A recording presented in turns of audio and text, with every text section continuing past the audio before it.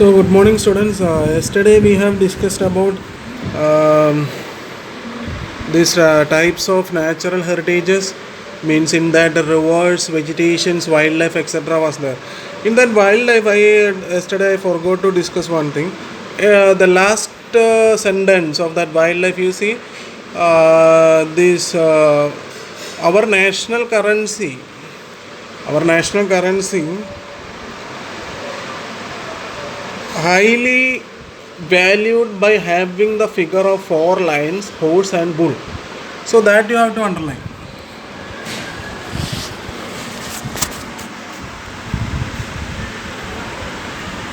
See this.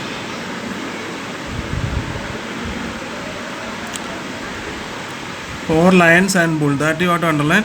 And then coming to the cultural heritage. That yesterday I have told you this different the cultural monuments which are showing our cultures, this Taj Mahal, like Qutub Minar, etc., like that.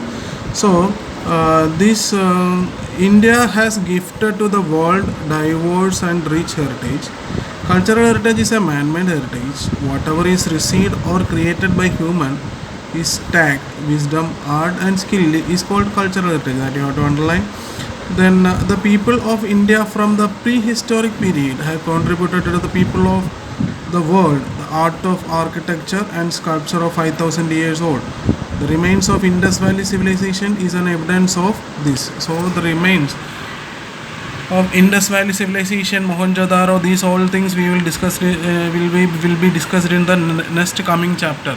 So we heard about this Ellora caves, Ajanta caves are there.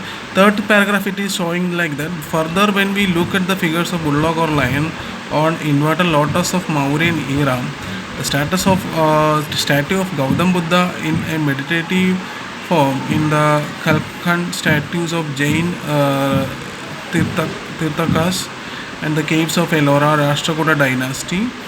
By secting this heritage, we feel proud, glad, and also respect for our cultural heritage.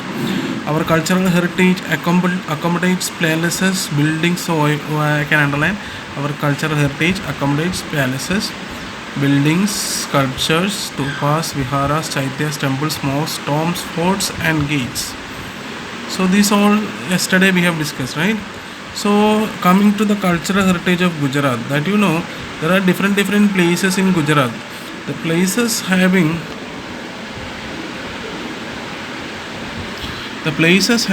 cultural, legendary and archaeological importance are Lothal, Dholka districts, Rangpur, Limdi Taluka in Surendranagar district, Dholavira and Rosadi.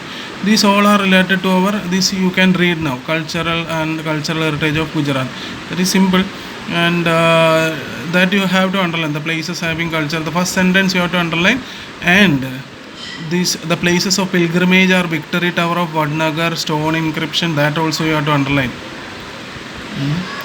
Then tourist places of Jain and Buddhist, that you know where are the Jain Buddhist religion prevailed in India. Consequently, Jain and Buddhist caves are seen various places in Gujarat: Vadnagar, Taranga, Kambalia, Shamlaji, Koteshwar, Talaja, Dang, Jagadia, etc.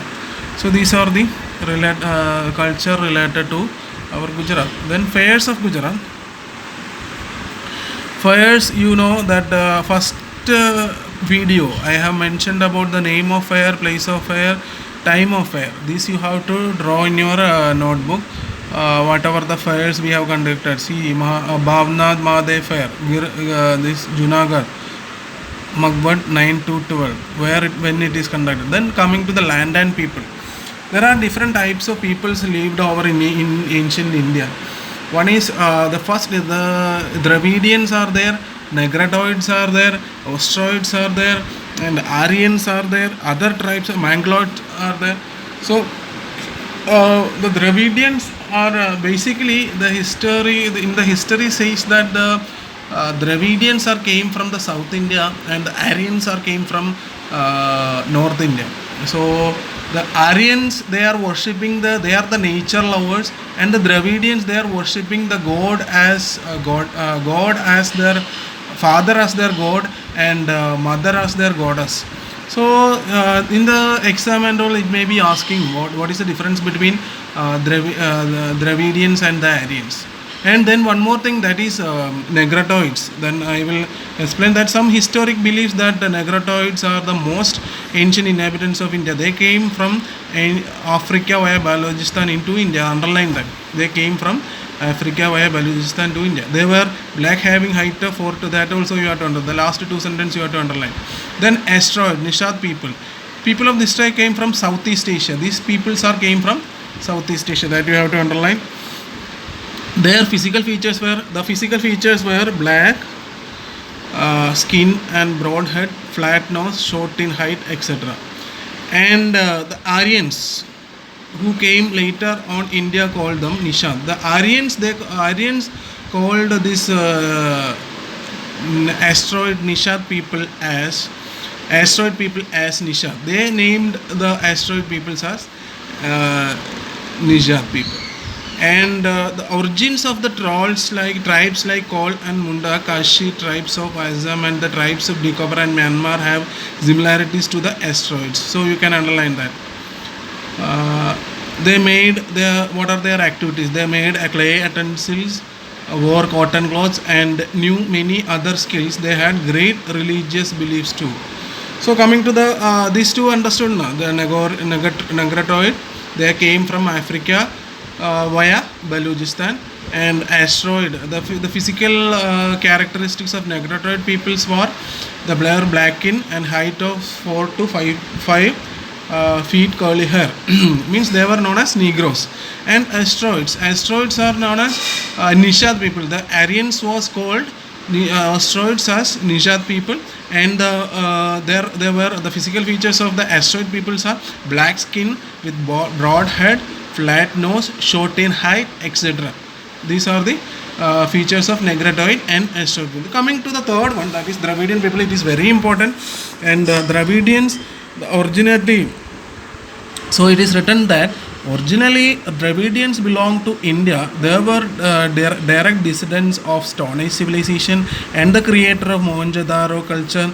Tribes which came from north survived with their language and cultural features. Later on, they were only called as Dravidians. Underline the first 2-3 sentences till called as Dravidians. Then Dravidian gave the concept mother as goddess. This also, all the points are important in this Dravidians.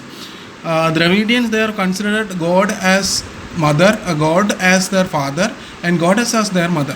So, and they have created the concept which is that Doob, means worshipping the Doob, incense sticks, Deep and Aarti were considered to be the gifts of Dravidians. They were the concept they have from them only that idea has been created. And Aryans were re-established by them as god of culture and the pace of time under the influence of North. Aryan culture was deeply initiated by the Dravidians, hence intercaste marriages took place. Dravidians had means intercaste marriages has been took place from the Dravidians to Aryans to Negratoid. These type of peoples has been intercaste marriages at the ancient time. So this type of cultures has been created, right? And see, due to the dominance of the Aryan, they shifted to South India and settled there. As a result, today we can see the people speaking Dravidian family languages like. So after the high number of these Aryans over here in North India, they shifted to the South India. The Dravidians has been shifted to South India. That is what the South Indian peoples are called Dravidians. And the South Indian languages are known as Dravid languages, and that languages are Tamil, Telugu, Kannada and Malayalam, etc. So these all points are very important. And then coming to the next one, that is other tribes. Apart from above, Manglot, Alpine, Dinaric and Amendoid tribe were also there in India. So other than this Negratoid, Asteroid, Dravidians, the other peoples are Mangaloid, Alpine, Dinaric and Armenoid tribes were also there in India. So that's all for this day. You just go through this in the textbook and study well, and do the assignments. Complete your notebook after completion of this chapter. I will complete by tomorrow. So after completion of this chapter, you will get the notes of this chapter. So take care. Bye bye.